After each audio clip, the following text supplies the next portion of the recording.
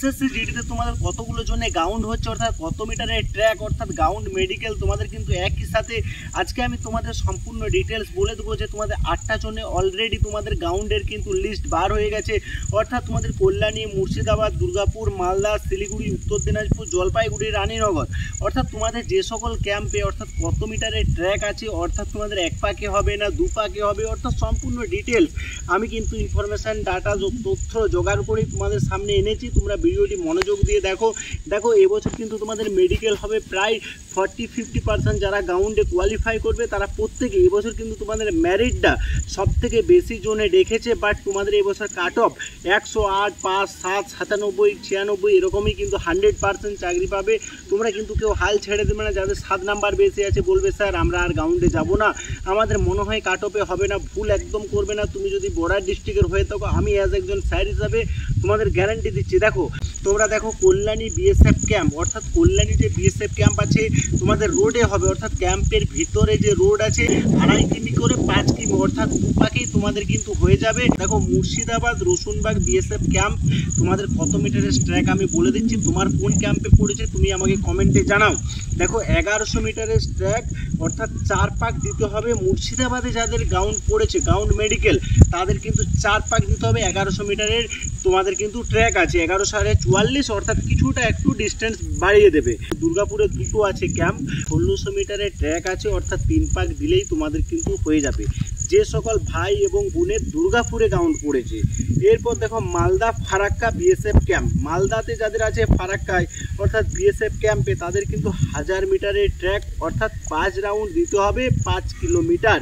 তোমরা কিন্তু প্রত্যেকেই ভিডিওটি খুব হেল্পফুল, তোমরা মনোযোগ দিয়ে ভিডিওটি দেখো।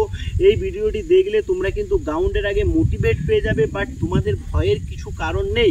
অনেক ভাই বলছে যে দাদা আমার 6 নাম্বার বেশি আছে, আমাকে ফোন করছে ইন্ডিভিজুয়াল, আমি যাব না। 100% গ্যারান্টি দিচ্ছি 6, 8, 10, 12, 15 যদি বর্ডার ডিস্ট্রিক্টের ছেলে বা মেয়ে হয়ে থাকো তুমি 100% যাও, কাট অফ বেশি যাবে না। গ্রাউন্ডে এবছর তুলনামূলক অনেক পার্সেন্টেজ ফেল করবে, এটা ডিটেলস আমি বলে দিচ্ছি। দেখো এবছর কিন্তু কাট অফটা অনেক হাই করে দিয়েছে, কাট অফটা বাড়িয়ে কিন্তু দেখেছে, অর্থাৎ হাই কোয়ালিটির ছেলেরা কিন্তু বেশি পাস করেছে যারা গ্রাউন্ডের সাথে এতটা অ্যাটাচে নেই। অর্থাৎ তুমি যদি সেই জায়গায় কোনো রকম ডাক পেয়ে গ্রাউন্ড কমপ্লিট করতে পারো তোমার 99% কিন্তু সুযোগ আছে। এবারে তোমাদের 45, 46 যতজন গ্রাউন্ড কমপ্লিট করবে ততজনই মেডিকেলের সুযোগ পাবে, অর্থাৎ এই জায়গায় মেডিকেলটা একটু স্টাফ হবে। দেখো এরপর শিলিগুড়ি সিআরপিএফ ক্যাম্পে যাদের গ্রাউন্ড আছে, শিলিগুড়ি সিআরপিএফ ক্যাম্প, অর্থাৎ যে সকল উত্তরবঙ্গের ছেলে মেয়েদের গ্রাউন্ড পড়বে তাদের ক্ষেত্রে একটাই রাউন্ড হবে, অর্থাৎ লং, অর্থাৎ তাদের ক্ষেত্রে লং হবে, আর সেটা 2.5, 5 তোমাদের কিন্তু এরকমভাবেই গ্রাউন্ডটা কমপ্লিট হয়ে যাবে। দেখো উত্তর দিনাজপুর বিএসএফ ক্যাম্প, উত্তর দিনাজপুরে যে সকল ছেলেমেয়েরা আছে, উত্তর দিনাজপুরে আমার অনেকেই ভিডিও দেখে, বাট আমি তাদেরকে অনেক হেল্পফুল করি। আমাকে প্রত্যেকেই ফোন করে সিদ্ধান্ত নেয় যে দাদা কি করব, আমরা গ্রাউন্ডে দৌড়াতে যাব কি যাব না। আমি তাদেরকে কিন্তু মোটিভেট দিয়ে গেছি, তাদেরকে আমি পজিটিভ মোটিভেট দিয়েছি, হ্যাঁ তোমরা যাও। অনেকে কিন্তু আগের বারেও বলছিল যে 10, 12, 14, আমি আগের বারে আমি কেটে গেছি নাম্বার বেশি পেয়ে, এবারও হয়তো হবে না, কিন্তু আগের বারের থেকে এবারে সম্পূর্ণ বিষয়টাই আলাদা। আগের বারে যদি তুমি ভাবো যে আমার 10, 12, 16তেও চাকরি হয়নি, এবারে কিন্তু 100% হবে। এবারে সিচুয়েশনটা সম্পূর্ণ রকম কিন্তু আলাদা আছে ভাই, প্রত্যেকেই গ্রাউন্ড করো। উত্তর দিনাজপুর বিএসএফ ক্যাম্প 4 রাউন্ড হবে, 1100 মিটারের ট্র্যাক তোমাদের বলে দিচ্ছি আমি, কিন্তু তোমাদের 100% রিয়েল একদম তোমাদের আমি বলে দিলাম গ্রাউন্ডের ট্র্যাকের হিসাবটা। তোমরা গ্রাউন্ডে গেলে তারপর কমেন্টে জানাবে যে হ্যাঁ স্যার বা দাদা বলেছিল যে ইনফরমেশান গ্রাউন্ডের আগে, হ্যাঁ আমাদের সেরকমভাবেই হয়েছে। এরপর 2-1টা কম বেশি মিস্টেক সেটা হতে পারে, ওয়েদার চেঞ্জের বিষয় এবং সেটা তাদের উপর নির্ভর করে, কিন্তু 100%, 99% আমি তোমাদের ঠিক ইনফরমেশান দিলাম। এরপর দেখো জলপাইগুড়ি রানীনগর বিএসএফ ক্যাম্পে, জলপাইগুড়ি রানীনগরে বিএসএফ ক্যাম্পে তোমাদের কিন্তু 2টো রাউন্ড হবে, অর্থাৎ 2.5 কিলোমিটার, 2 রাউন্ডের মধ্যেই তোমাদের ক্যাম্পের ভেতরেই প্রায় 2 রাউন্ডের মধ্যেই তোমাদের কমপ্লিট হয়ে যাবে। এরপর তোমরা বলবে যে দাদা আমরা এবছর কি করব, আমরা যে নাম্বার পেয়েছি হয়তো ভাবছি আমাদের গ্রাউন্ড করব, বাট মেডিকেল কি প্রচুর স্টাফ হবে। এবছর অনেকে ভাবছে যে দাদা মেডিকেল কীরকমভাবে হবে, অর্থাৎ মেডিকেল এবছর কিন্তু তোমাদের টাফ হলেও এতটা কিন্তু টাফ হবে না, কারণ দেখো এবছর তোমাদের মেডিকেল প্রচুর ছেলে মেয়ে করবে, অর্থাৎ এতটা ভালোভাবে নাও দেখতে পারে, বাট তোমাদের যে সকল ছেলে মেয়ে 40% পাস করবে গ্রাউন্ডে তারা কিন্তু কিন্তু প্রত্যেকেই কিন্তু কোয়ালিফাই করার একটা সুযোগ আছে।